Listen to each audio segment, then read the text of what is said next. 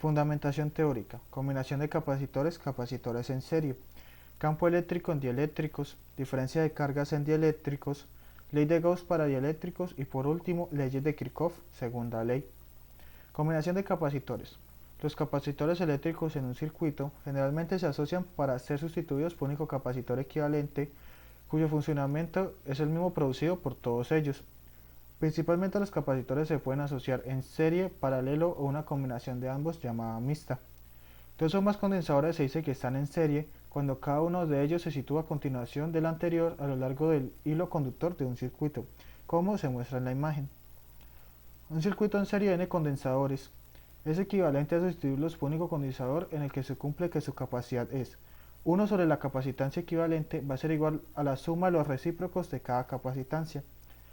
Para combinación de capacitores en serie, la diferencia de potencial es igual a la suma de diferencia de potenciales en cada capacitor y la carga es constante. Se muestra la relación de la capacitancia con la diferencia de potencial y la carga. Campo eléctrico en dieléctricos, antes y después de un dieléctrico. Cuando un material dieléctrico se inserta entre las placas de un capacitor, disminuye el campo eléctrico. Si el dieléctrico se llena por completo el espacio entre las placas, el campo eléctrico disminuye en un factor K. K es la constante dieléctrica. En pantalla se muestra la relación del campo eléctrico antes y después del dieléctrico, donde E sub 0 es sin dieléctrico y E es con dieléctrico. Diferencia de cargas en dieléctricos, antes y después de un dieléctrico. La diferencia de carga en dieléctricos o la carga que circula por la fuente es la carga dada por la ecuación. La diferencia de carga es igual a carga sub I menos carga sub O. Ley de Gauss para dieléctricos. Cuando un material dieléctrico se somete a un campo eléctrico, se forman dipolos inducidos en el material. Definimos el vector desplazamiento, que es igual a la constante del material por epsilon sub 0 por el campo. De aquí definimos la ley de Gauss generalizada para dieléctricos, que va a ser igual a la integral del área encerrada del vector desplazamiento por el diferencial de área es igual a la carga libre. Leyes de Kirchhoff. Estas leyes permiten resolver los circuitos electrónicos utilizando el conjunto de ecuaciones al que ellos corresponden. La segunda ley de Kirchhoff, ley de mallas, indica que la suma algebraica de todos los voltajes de una malla o bucle cerrado debe ser igual a cero, expresada matemáticamente como se ve en la pantalla. Una sumatoria de voltaje sub K debe ser igual a cero. Se muestra la bibliografía donde se obtuvo la información para redactar las diapositivas. Planteamiento del problema. El dibujo nos muestra una fuente FEN donde se conectan dos capacitores de placas planas paralelas llenas de aire, cada uno de ellos con una capacitancia C. Luego uno de estos se llena completamente con diente eléctrico homogéneo con constante K. Nos piden hallar tres valores.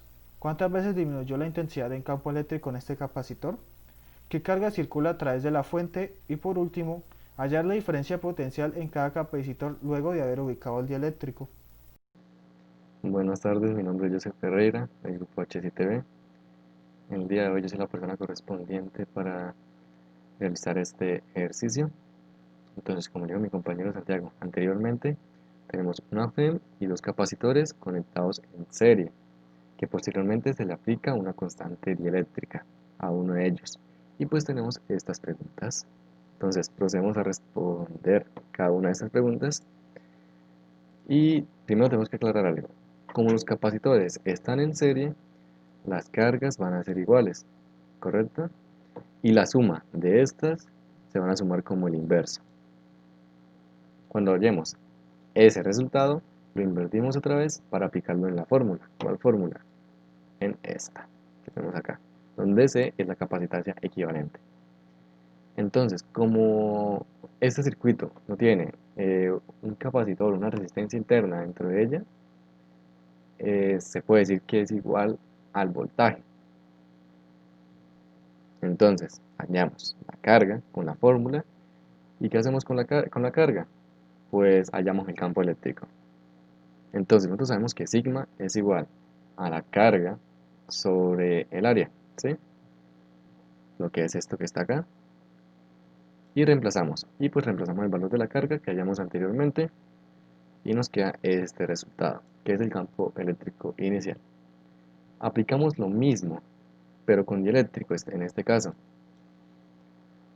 Entonces, Para facilitar los cálculos, multiplicamos arriba y abajo la K, entonces tenemos este valor.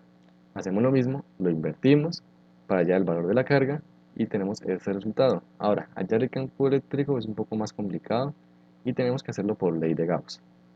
Entonces, aplicamos la integral, despejamos el campo, y obteniendo esto, reemplazamos el valor de la carga que ya hallamos, hacemos las respectivas cancelaciones que nosotros tenemos, en este caso sería K y K, y tenemos este valor final del campo eléctrico. Entonces aquí es donde viene a hacer la comparación entre el campo eléctrico inicial y el final, que se puede ver acá o se puede ver en esta diapositiva. Entonces, estas dos se me cancelan, que sería la P y la capacitancia. Ahora, epsilon sub 0 se miraría con este epsilon sub 0, aquí hubo un error, y el área se me va con esta, obteniendo este resultado que sería la diferencia entre estos dos campos eléctricos. Ahora, me piden hallar el voltaje en cada una de las capacitancias con dieléctrico. Hacemos lo mismo, hallamos la capacitancia equivalente, la invertimos, hallamos la carga total, que sería esta, y la dividimos por el valor de cada capacitor, obteniendo que aquí se me va a cancelar esta C y tendremos este valor de voltaje para el capacitor 1 y esta para el capacitor 2.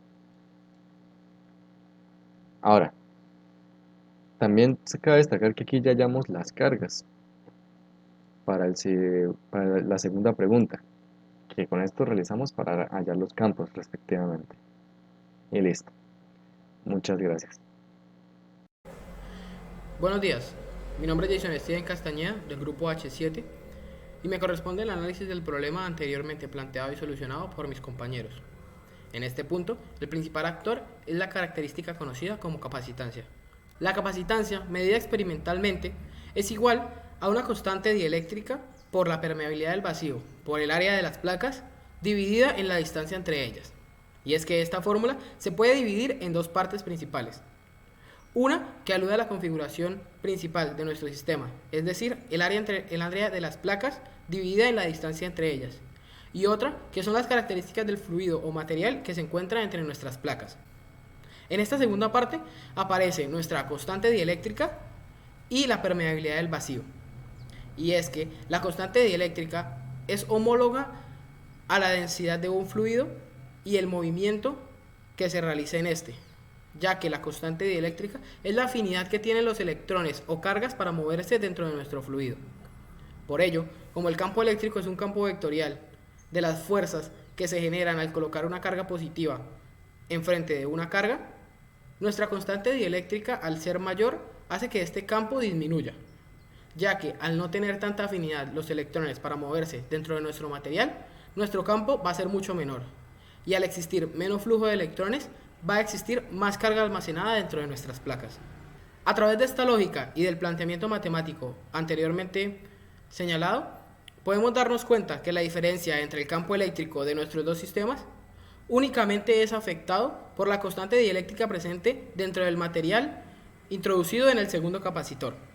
Por ello, podemos darnos cuenta que la diferencia entre estos dos valores es K más 1 sobre 2, es decir, la única variable que tenemos dentro de nuestro sistema es nuestra constante dieléctrica. Ya que la definición de carga también deriva de nuestra capacitancia y podemos ver que su relación es lineal, a través del análisis podemos deducir que nuestra carga del sistema 2 va a ser K veces mayor a la carga de nuestro sistema 1.